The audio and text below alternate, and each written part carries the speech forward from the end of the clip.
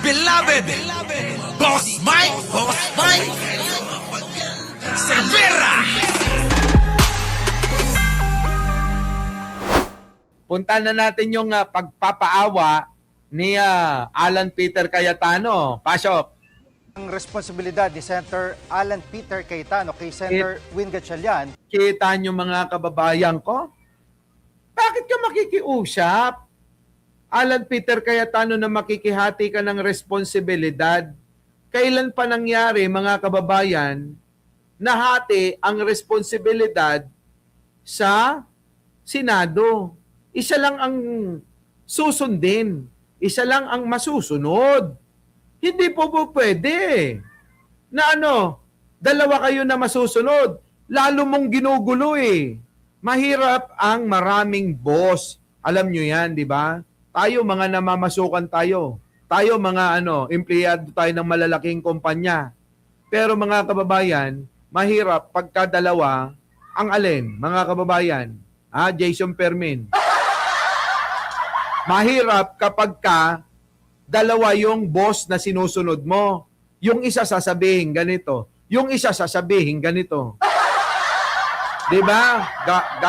Galing sa idol mo si Cheese sa kanyang pagtayo sa Senado. Sabi sabi ni Isiloy, hindi ko ma-idol si Cheese. Oo. Hindi ko idol yun. Idol ko si Hart. Si Hart ang idol ko. Kapag nagdamit yun, kita yung dibdib, bakat na bakat, di ba? Yung. Tuloy natin to, mga kababayan. Bakit kaya ganito, no? Kung talagang siya pa ang Senate President sa pakiramdam niya, bakit humihingi ng hati sa responsibilidad? Ibig sabihin, humihingi, hatiin ang trabaho ng Senate President. Hati sila ni Win Gatchalian. Pwede ba yun? Di ba? Pwede ba yun, Isiloy? Hindi pwede. Walang ganon. Gustong makihati ng responsibilidad ni Senator Alan Peter Cayetano kay Senator Win Gatchalian bilang pinuno ng Senado. Sa gitna pa rin niya ng patuloy na agawan ng liderato. Nangunguna sa balita live si News 5 Cent correspondent Mayan Los Baños. Mayan, anong tugon ni Senator Gatchalian sa alok ni Senator Cayetano? Nakita niyo mga kababayan ko? Pwede ba yung hati sila? Oo, kaya nga ako pupunta ng Europa eh. Hahanapin ko na si Hart doon. Senator Win Gatchalian na iisa lang ang Senate President pro tempore at iisa lang ang acting Senate President at yan ay siya, si Senator Win Gatchalian. Tama, mga kababayan. Yan ang sinasabi ko, sub-anihilasyon. Diba? Isa lang talaga ang dapat masunod. Diba? Hindi po pwede na mga kababayan, hindi po pwede na dala-dalawa sila, Isiloy. To si Isiloy, Martinikong Martinika. Sabi ni Isiloy, kung galing kay Sandro na si Martin siya, mastermind, sa nakawan, doon ako maniniwala. Sige na. Sige na, bahala ka sa buhay mo, ha. Irerespeto na lang natin yung paniniwala mo na yan. Bahala ka dyan. Tuloy. Kaya hindi rin pwede na i-share yung responsibility katulad na lamang nung paglagda sa mga dokumento, for example, sa mga pasweldo, doon sa mga empleyado ng Senado. Sa gitna kasi syempre, nung tensyon at yung agawan pa rin sa liderato sa Senado, nangangamba yung ilang mga Senate employees na baka ma-delay yung kanilang mga benepisyo. Pero siniguro ni Senator Gatchalian na hindi mangyayari yan dahil nga daw pinirmahan na niya ngayong araw yung mga dokumento para sa pasweldo at benepisyo ng mga empleyado ng Senado. Pumirma rin daw siya ng dokumento para sa promotion ng 8 empleyado ng Senado. Kita nyo, pumirma pa pati promotion ng 8 Senado. Paano ito mga kababayan? Kita nyo, samantalang pa-live siya, live pa siya ng live, sinasabi niya na siya pa rin ang Senate President. Hindi ka na nga sinusunod. Ang inacknowledge na at sinusunod na ng lahat si Win Gatchalian, si Senator Win Gatchalian. ikaw, wala na, basura ka na, Alan Peter Cayetano. Malabo na, di ba, mga kababayan? Malabo na. Oh. Na ikaw maging Senate President pa. Hindi nakakayanin ng bilang nyo.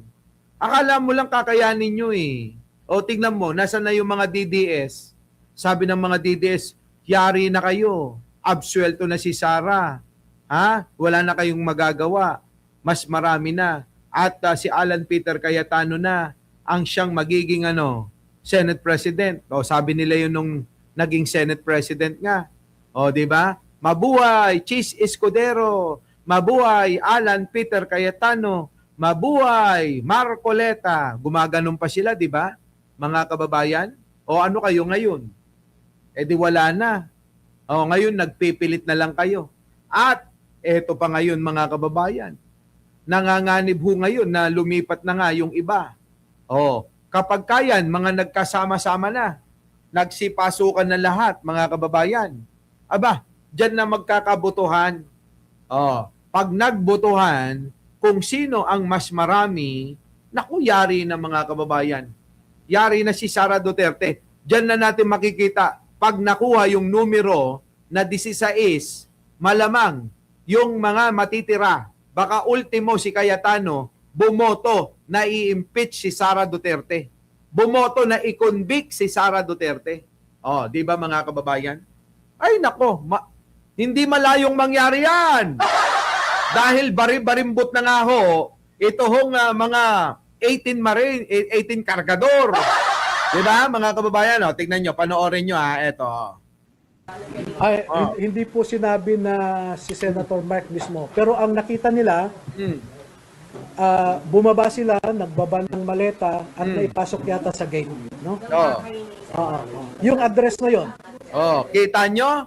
Dati ang tapang-tapang nila na sabihin na dineliver sa bahay ni Villar, ni Mark Villar, yung napakaraming maleta na puno-puno ng pera daw. Ngayon mga kababayan, itong abogadong tulok. Aba mga kababayan, hindi na ho yun ang sinasabi. Kundi ba naman tulok talaga to eh. Nag-iiba na ho yung kanilang mga litanya. At nandyan naman yung mga kanyang mga witness, yung kargadores, nasa likod niya, hindi niya yun ang pagsilitay niya. Kita nyo, hirap na hirap. Ayan na. Do you have time to wait for my answer? Kita nyo? Kita nyo, may oras ba kayo, Eka, na maantay yung aking sagot? Bakit kailangan pa antayin? Itatanong mo pa? Ayan na pasagutin mo na yung mga kargador sa likod mo. Diba mga kababayan? Baliktad talaga to eh. Hindi, sabi nga nila, hindi nila nakita si Senator Mark pero naipasok nila yung pera sa compound, no? Sa loob. Hindi daw nila nakita ngayon, hindi na daw nakita si Mark Villar. Ibig sabihin, pinapahina nila yung kaso. Kung totoo, di ba? Hindi daw nila nakita yung Mark Villar sa loob ng gate. Basta daw pinasok na lang. Sino niloloko ng mga ito, mga kababayan? Parang ito yung dapat nating gawin Marco, no? O Odlabo Parang ganito mga kababayan Ikwento mo sa pagong. Di ba? Ikwento mo sa pagong yan, tanga. Ito po yung... Yan na. Tignan nyo, hirap na hirap Hirap na hirap, mga twiran. Hirap na hirap, iliko. Yung hindi dapat. nila nakita. Kita nyo, hindi daw nila nakita. Tignan nyo, hindi daw nila nakita ngayon, mga kababayan. Samantalang nung una, ay nakita daw. Ngayon hindi na. Parang si Loren lang yan. Si Loren nung una, kitang-kita.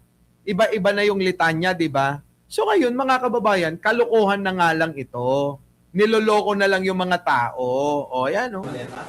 Hindi nila nakita. Hindi nila nakita. Pero bahay. Yun po ang naging clarification. No? Kasi parang sandali lang daw pumasok si Juan si Saldi. Pagpasok niya, naisara daw yung gate, So pati si Mark Tiksay naiwan sa labas. Oh. So, hindi nila alam kung pag-alis nila ay naipasok naman eventually yung maleta. Hindi po kasi paglabas daw ni Kwan, pagbukas ng gate, Ang hirap magsinungaling, ano? Ang hirap magsinungaling. Oh. lumabas si Saldico, sumakay kaagad sa sasakyan. Hindi, ang sabi nila, sir, malamang malamang isinakay ni Mark Tiksay sa sasakyan ni Boss Saldi. Ah! Ay, nako! Lumulusot! O, kita nyo, sinasabi nila ngayon, binaba tapos sinakay sa ibang sasakyan. Ano ba namang kalokohan ito mga pinaggagawa nitong gago? Ginagago tayo eh. Isipin natin mga kababayan na, paliwanag natin. Yung mga maleta, marami. Marami yun ha. Hindi lang 5, marami. Ibinaba sa isang sasakyan, tapos itinapat doon sa loob ng gate, pinasok sa loob ng gate ng bahay ni Mark Villar. Pagdating daw sa loob, isinakay naman doon sa isang sasakyan ni Saldico. Putang inang kwento yan. Anong klaseng kwento yan, mga kababayan? Di ba? Kalokohan to. Bakit kailangan pang ibaba doon sa isang sasakyan? Pwede namang idiretso na ng tauhan kung saan ipapadala ni Saldico. Sipin nyo, pwede naman niyang ipadiretso, di ba? Bakit kailangan pang ilipat-lipat ng sasakyan? Ibig sabihin, nag-iba na yung litanya.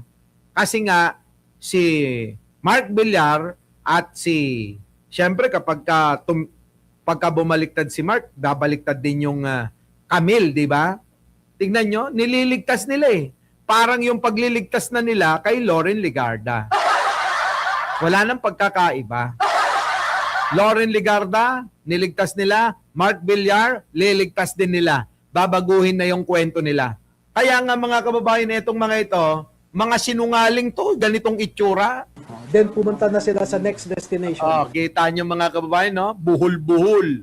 Buhol-buhol na kwento. Kaya marami dyan, mga kababayan, ang mga nabubwisit. Katulad nito.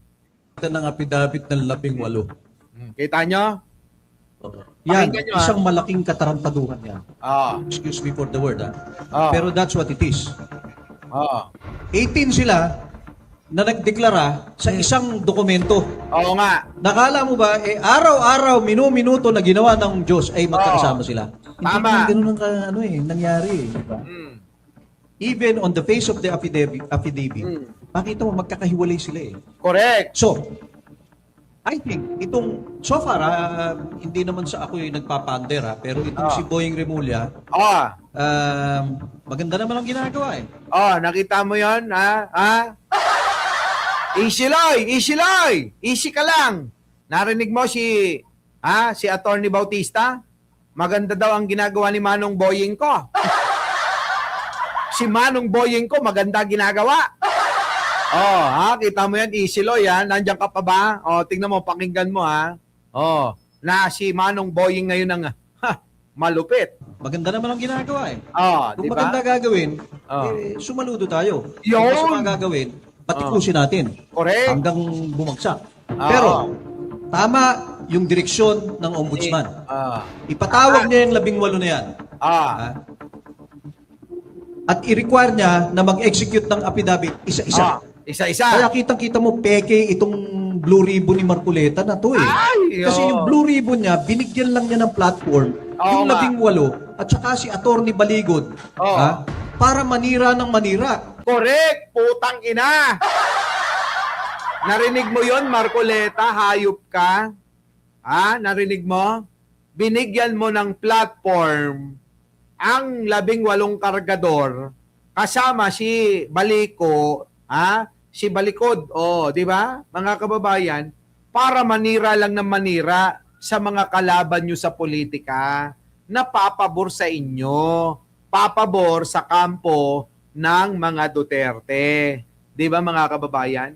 Ganun ang ginawa. Manira ng manira.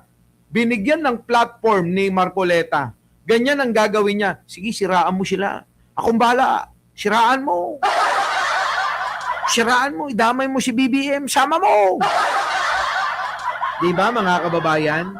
Ganon ang ginawa ni Marcoleta. Putang ina. Sabi ganon, no? Maria Inoue. Oh, ganon. Oh, damay mo pati si First Lady.